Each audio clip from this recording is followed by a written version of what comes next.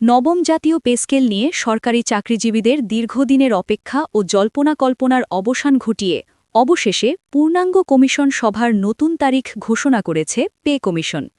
প্রিয় সরকারি চাকুরিজীবী ভাই ও বোনেরা, আজকের সকালের আপডেট নিউজে আপনাদের স্বাগতম।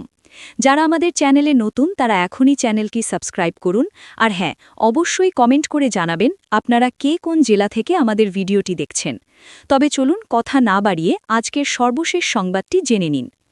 দেশের লাখ লাখ সরকারি কর্মকর্তা ও কর্মচারীর দৃষ্টি এখন আগামী বৃহস্পতিবারের দিকে।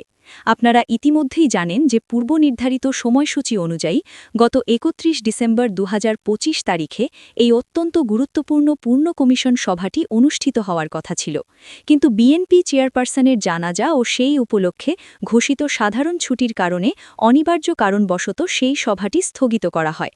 ওই অনাকাঙ্ক্ষিত বিরতির পর কমিশন পুনরায় তাদের কার্যক্রম গুছিয়ে এনেছে এবং নতুন তারিখ চূড়ান্ত করেছে।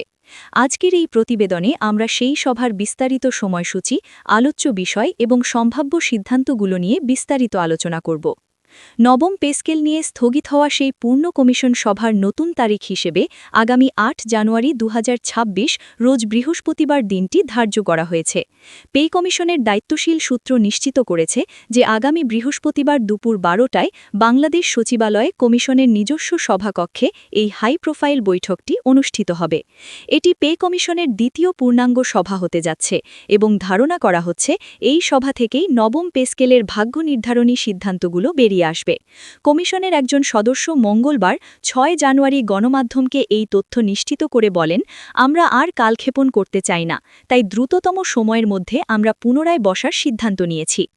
আগামী ৮ জানুয়ারির এই সভাটি কেন এত গুরুত্বপূর্ণ তা অনুধাবন করতে হলে আমাদের পে কমিশনের অন্দরের আলোচনার দিকে তাকাতে হবে। সূত্র মতে এই সভায় মূলত ৩টি প্রধান এজেন্ডা নিয়ে চুলচেরা বিশ্লেষণ করা হবে। প্রথমত গ্রেড সংখ্যা নির্ধারণ, দ্বিতীয়ত সর্বোচ্চ ও সর্বনিম্ন বেতনের অনুপাত ঠিক করা এবং তৃতীয়ত বিভিন্ন ভাতা ও ইনক্রিমেন্ট সুবিধা পুনর্বিন্যাস করা।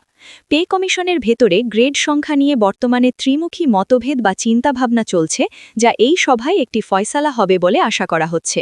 বর্তমানে সরকারি চাকরিজীবীদের বেতন কাঠামোতে ২০টি গ্রেড বিদ্যমান রয়েছে।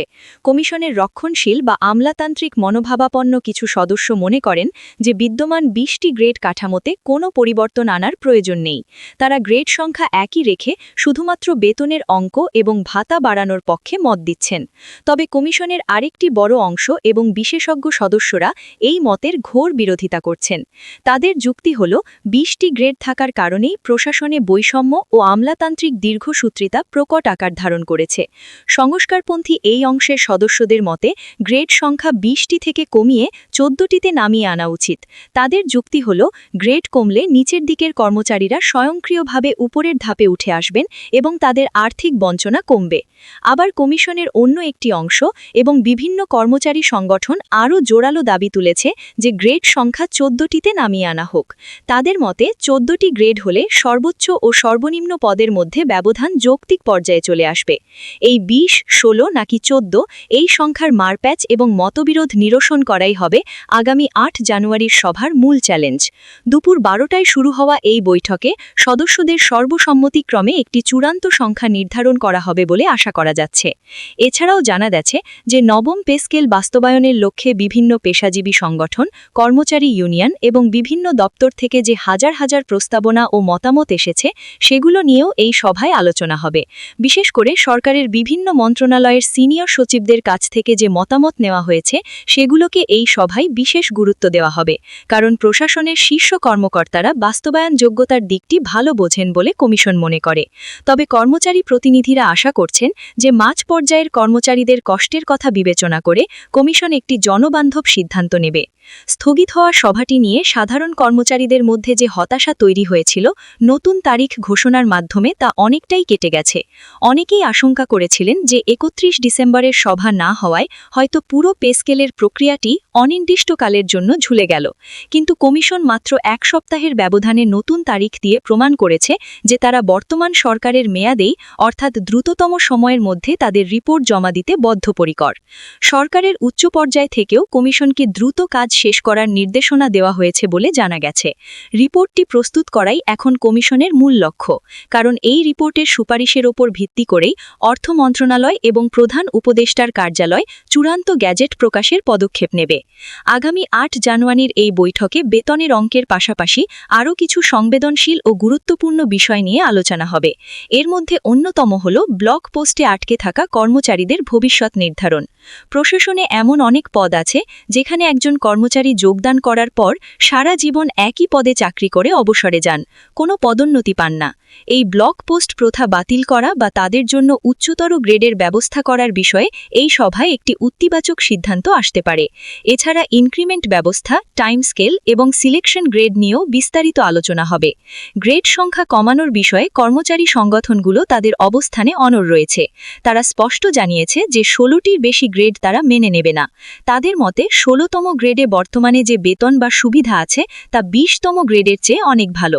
তাই গ্রেড সংখ্যা কমিয়ে আনলে নিচের সারির 11 থেকে 20 গ্রেডের কর্মচারীরা সবচেয়ে বেশি উপকৃত হবেন। আর সর্বোচ্চ ও সর্বনিম্ন বেতনের অনুপাত 1/4 বা 1/5-এর মধ্যে রাখার যে দাবি উঠেছে সেটিও এই সভায় গুরুত্ব পাবে। এই অনুপাত ঠিক করা গেলে পে স্কেলের বাকি কাজগুলো যেমন ভাতা নির্ধারণ বা পেনশন হিসাব করা অনেকটাই সহজ হয়ে যাবে। সামগ্রিক বিচারে আগামী ৮ জানুয়ারি 2026 তারিখটি বাংলাদেশের 22 লাখ সরকারি চাকরিজীবীর জন্য একটি টার্নিং পয়েন্ট হতে যাচ্ছে। সেক্রেটারিয়েটে অনুষ্ঠিত হওয়া এই সভার দিকেই এখন সবার নজর। কমিশন যদি এই সভায় ঐক্যমত্যে পৌঁছতে পারে এবং গ্রেড সংখ্যা ও বেতন কাঠামোর একটি খসড়া চূড়ান্ত করতে পারে, তবে খুব শীঘ্রই আমরা নবম পে স্কেলের পূর্ণাঙ্গ রিপোর্ট এবং পরবর্তীতে গ্যাজেট দেখতে পাব। এখন দেখার বিষয় বৃহস্পতিবারের এই দীর্ঘ বৈঠক শেষে কমিশন সরকারি চাকরিজীবীদের জন্য কী সুখবর নিয়ে আসে এবং দীর্ঘদিনের বৈষম্য নিরসনে তারা কতটা সাহসী ভূমিকা রাখতে পারে। ভিডিওটি খুবই জরুরি, তাই দয়া করে সবার সাথে ভিডিওটি শেয়ার করতে ভুলবেন না। আর নতুন ভিডিও আপডেট পেতে এখনই চ্যানেলটি সাবস্ক্রাইব করুন।